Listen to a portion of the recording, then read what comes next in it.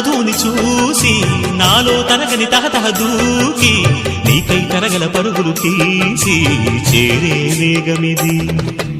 ఆరారు కాలాల వర్ణాలతో నీరాజనం నీకు అందించనా, ఏడేడు జన్మాల బంధాలతో ఈనాడు నీ ఏడు పండించనా. మరి తయారయ్యే ఉన్న వయ్యారంగా సయ్యత్తు ఒళ్ళోకి వాలంగా చూసుకొచ్చానమ్మా చూడు ఉత్సాహంగా చిన్నారి వన్నెల్ని ఏలంగా. ప్రతిక్షణం